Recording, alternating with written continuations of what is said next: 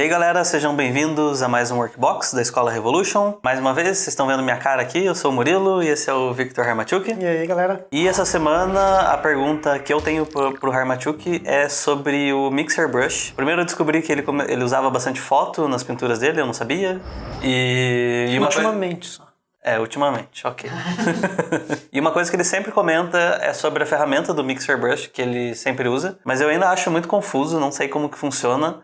Então vamos tentar fazer um episódiozinho falando especificadamente sobre o Mixer Brush e como que ele funciona. Beleza, então.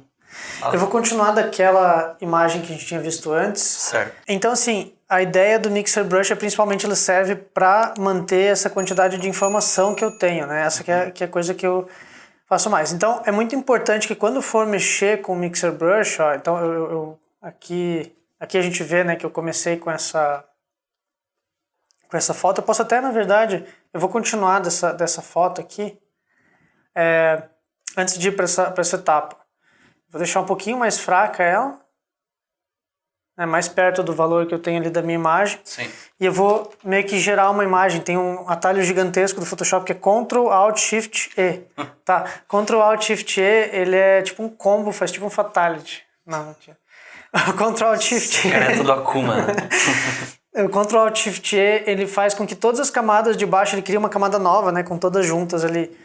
E o Mixer Brush, para começo de conversa, por que eu sempre uso esse tipo de imagem flat, assim? Porque o Mixer Brush, ele, assim, dá para você configurar para ele pegar informação de todas as camadas, só que ele fica bem mais pesado, tudo. Então eu gosto de trabalhar numa camada só, fica bem mais leve o arquivo. Então, para você pegar bem do básico, assim, comigo, tipo, dá um zoom nessa imagem.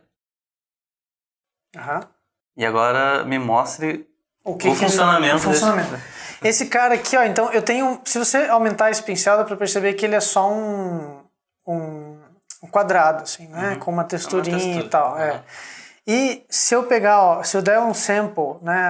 Pegar um exemplo dessa parte aqui, um color pick, ele vai pegar lá em cima e ele vai mostrar o negócio. E se eu continuar, ó, ele tá vendo que no meio disso é um monte desse pedacinho do elefante ali que tem na coisa, ele tá reproduzindo. Então você percebe que se eu quiser, ó, tá vendo como ele continuou esse detalhe, ó?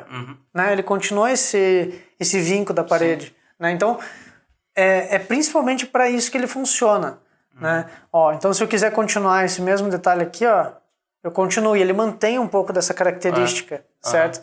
E isso que é muito legal do Mixer, né? E quando a gente vai pintando de um jeito mais solto, assim, a gente tem que tomar cuidado também que se eu pegar um exemplo muito pequenininho aqui, tipo, sei lá, um pedaço aqui assim, não faz muito sentido, que ele vai ficar um pincel normal, né? Então o Mixer tem vários controles que a gente tem que ter. Por exemplo, se eu deixar o pincel bem grande assim e pegar um exemplo daqui, ele vai pegar esse pedação da imagem, né? Se eu pegar ele bem pequenininho, ele vai pegar esse pedacinho menor, entendeu? Eu posso aumentar até esse pedacinho se eu quiser, né? Mas só que quando a gente está fazendo esse color pick, diferente do pincel normal, é importante que a gente saiba assim, que região que eu estou pegando esse exemplo de imagem. Tem que ser um pouco pensado, então o sample que você vai pegar. Exatamente, tem que ser meio pensado. Tá? Então ele vai te dar mais ou menos textura, dependendo do que você quer. Tá? A configuração que eu uso para o Mixer, porque o Mixer Brush ele não tem controle de opacidade. Tá? Tipo, ele não dá para você fazer esse controle de opacidade.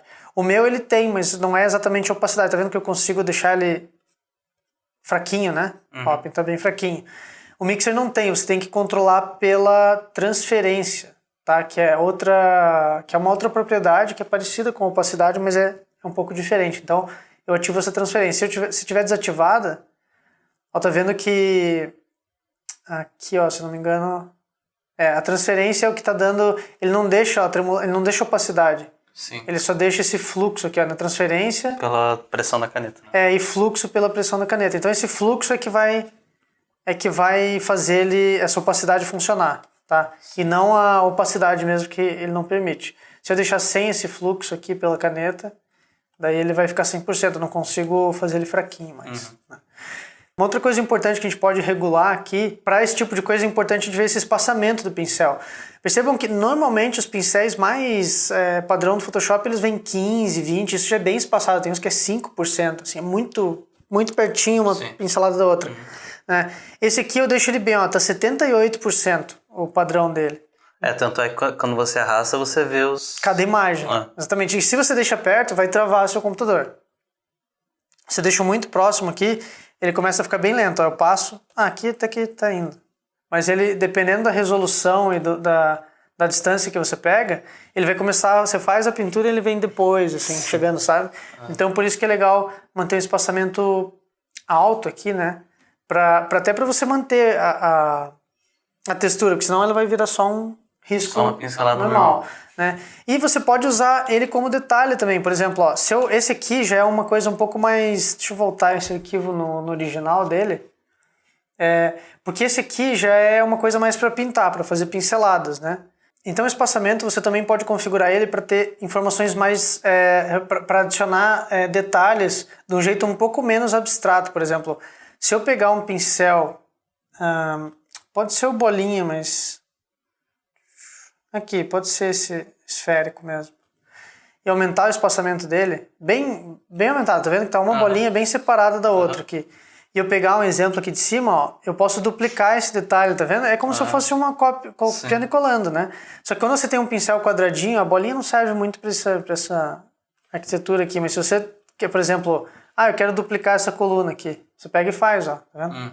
Ó, eu posso colocar várias colunas ali em cima, né? Se eu quiser pegar esse detalhe aqui também e fazer mais, ó, eu posso fazer mais. Entende? Então ele serve muito para esse tipo de coisa. Daí você pode ir controlando isso. Se eu quiser aqui talvez elas mais juntinhas, eu posso fazer.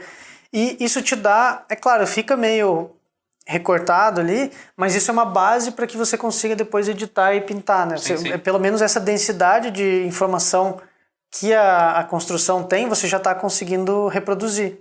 Certo. Ó, dá até para usar o Shift aqui, ó. Eu consigo até fazer ele retinho, eu consigo fazer esse... E ele mantém um pouco da textura, mantém um pouco das informações, né? Então, o Mixer é muito versátil, assim. Inclusive, o próprio Craig Mullins, ele fala que o Mixer é uma ferramenta completa para pintura, assim. Você pode fazer tudo o que você quiser com o Mixer. Então, aqui, viu como que eu estendi pro lado essa construção, né? E só com o Mixer. Aqui eu posso pintar e tal, ele vai manter um pouquinho desse ruído que tem de textura, né? Muito bem. Beleza? Então, acho que sobre o Mixer é principalmente isso. Eu uso ele principalmente para trabalhar com foto mesmo, porque acho que acaba sendo a melhor aplicação dele. Certo. É isso aí, gente. Esse episódio do Workbox vai ficando por aqui. Espero que vocês tenham gostado. Qualquer dúvida sobre esse assunto ou qualquer outra dúvida que vocês tenham, vocês podem deixar aqui embaixo nos comentários. Se vocês curtiram o vídeo, deixa um like aqui e se inscreve no canal e nas outras redes sociais da Revo. E a gente se vê semana que vem. Valeu! Valeu, até!